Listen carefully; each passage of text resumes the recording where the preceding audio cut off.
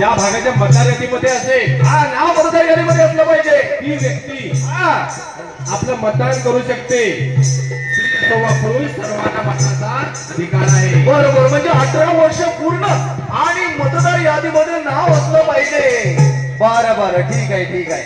मग कळलं ना आता? हो हो, कळलं कळलं. तुम्ही इथे आलात, मत कुठं आहे? मग मी इकडेच आहे की माझ्या गावाला. हो, देणार देणार, हरकत नाही. मग तुम्ही सांगा लोकांना मतदान करायचं. मी स्वतः करणार आणि सांगण्याला सांगणार मतदान करा. 100% मतदान झालं पाहिजे. 100% व्हायला पाहिजे. बरं, मी काय म्हणतो, 100% मतदान व्हायला पाहिजे. आयोगानं काय काय केलं त्याच्यासाठी ते तुम्हाला नंतर सांगणारच आहे. ते पण सांगितलं पाहिजे. अपंग कानाने चालता येत, ते आहे व्हीलचेअरवर, ते कसं मतदान करणार?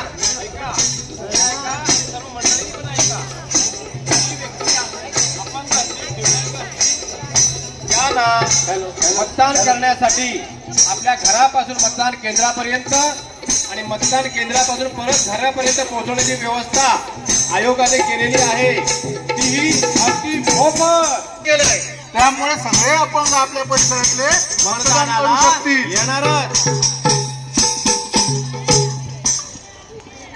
अहो, पण साहेबांनो म्हणता हे सगळं खरं आहे. 100% होणार, 100% होणार. पण मी जरी येईन सकाळच तयारी करून मतदान करायला. आता आज कशी बाजारात सगळी लोक आली आहेत काल सकाळी उठून. बर, पण माझ्या घरी माझी सासू आहे 90 वर्षाची. होय. मग मी तिला कशी घेऊन येणार मतदान करायला?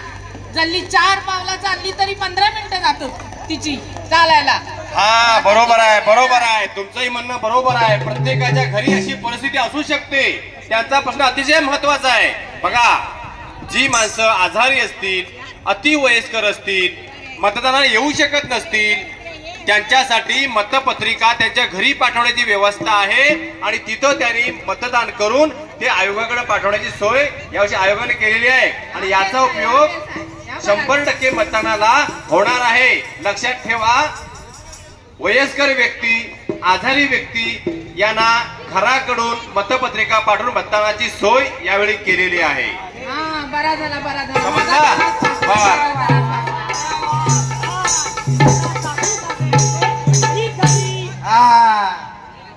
मॅडमला काहीतरी विचारायचं. या मॅडम, पुढे. माझी एक शंका आहे की मी ज्या उमेदवाराला मत घालेन त्याच उमेदवाराला मत पडलं हे मला कसं कळेल साहेब? बरोबर आहे, बरोबर आहे. अशा मनामध्ये शंका विचार असू शकतो.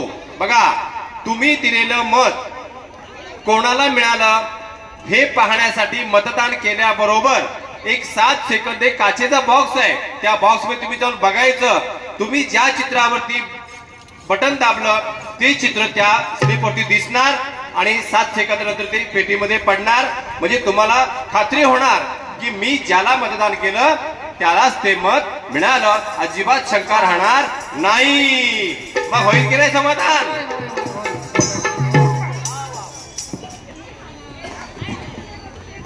हो साहेब, अजून काही योजना सरकारने आयोगाने आणलेल्या आहेत का?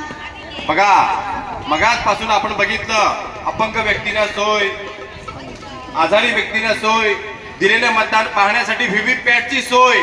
आता तुम्ही पण प्रश्न छान विचारलात. बघा, निवडणूक आयोगानं 100% मतदान होण्यासाठी अनेक उपक्रम हाती घेतलेले आहेत. त्यातला हा एक उपक्रम, बाजारामध्ये, गावामध्ये, वार्डामध्ये जाऊन प्रभात फेरी काढणं, पथनाट्य करणं, जनजागृती करणं. संकल्प पत्र तुमच्या मुलांमार्फत, विद्यार्थ्यांमार्फत घरोघरी येणार आहेत आणि मतदार ते भरून देणार आहेत. त्यानंतर प्रत्येक भागामध्ये मतदार जागृती मंच आहे आणि हे काय, हा लोकशाहीचा उत्सव आहे आणि या उत्सवामध्ये मेहंदी उत्सव हा एक उपक्रम होणार आहे. मेहंदी उत्सव म्हणजे हातावर मेहंदी काढणे.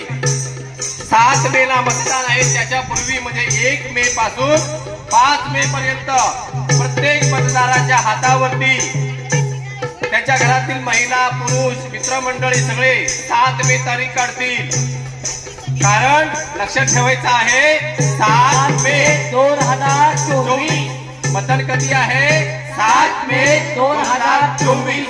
आणि काही शंका आहे काय? तुम्ही लय चांगली माहिती दिली. मतदारांना मतदान करण्यासाठी शासनानं लय चांगली योजना आखली. आता मला सांगा, मेहंदी पण काढायची आहे. त्याचप्रमाणे या ठिकाणी म्हणजे म्हातारे कोतारे जाणार नाहीये, त्यांना पण मतदान करता येणार आहे. आणि तसंच त्यांना माझ्यासारखा एखादा म्हातारा माणूस जमून बागून आलं आणि झापा टाकीत गेलं आणि त्या ठिकाणी बटन दाबताना बटन चुकलं तर मला भीती वाटणार ना की मी दिलेलं मत फुकट जातं की काय. पण ती पण चांगली सोय आहे, कारण मला कळणार आहे की माझं मत बरोबर आहे की नाही. तसंच साहेबांनो मी जाईन खरं, पण मला त्या यादीतला नंबर माहिती हवा ना. अगदी बरोबर प्रश्न आहे. बरोबर बरोबर प्रश्न महत्वाचा आहे. मतदान केंद्रावरती तुम्हाला कोणत्याही प्रकारची अडचण आली, शंका आली, माहिती हवी असेल तर त्या ठिकाणी प्रत्येक बूथ वरती मतदान संदर्भात माहिती देण्यासाठी BLO ची नेमणूक करण्यात आलेली आहे. BLO बूथ लेवल ऑफिसर, आणि त्याचं नाव, फोन नंबर केंद्रावरती चिकटवलेला आहे आणि तो अधिकृत निवडणूक आयोगानं नेमलेला आहे. तर कोणतीही अडचण येऊ दे मतदान केंद्रावरती, बूथवरती यादी संदर्भात मदत कोण करणार? BLO. मदत कोण करणार? BLO. लक्षात ठेवा मंडळी. आणि काही शंका कोणाला आहे? बरं साहेब, मी काय म्हणतो, आता म्हातारे कोतारे लोक आहेत, पण त्याचबरोबर आपले दिव्यांग बांधव सुद्धा आहेत, त्यांची व्यवस्था काय, कसं काय? दिव्यांगासाठी व्यवस्था केलेली आहे. मतदान केंद्रापासून घरापर्यंत हो. आणि घरापासून त्यांना आपल्या मतदान केंद्रापासून परत घरी नेण्याची व्यवस्था शासनाने केलेली आहे. तीही अगदी मोफत. मोफत? अरे वा, मस्त, छान. हॅलो, ऐकलात ना सर्वांनी? आपल्याला 2024ला जे मतदान करायचं आहे कशा प्रकारे करायचं आहे आणि त्याचं मार्गदर्शन तुम्हाला अतिशय चांगल्या पद्धतीने तिथं झालेलं आहे. आणि आता तारीख लक्षात ठेवा.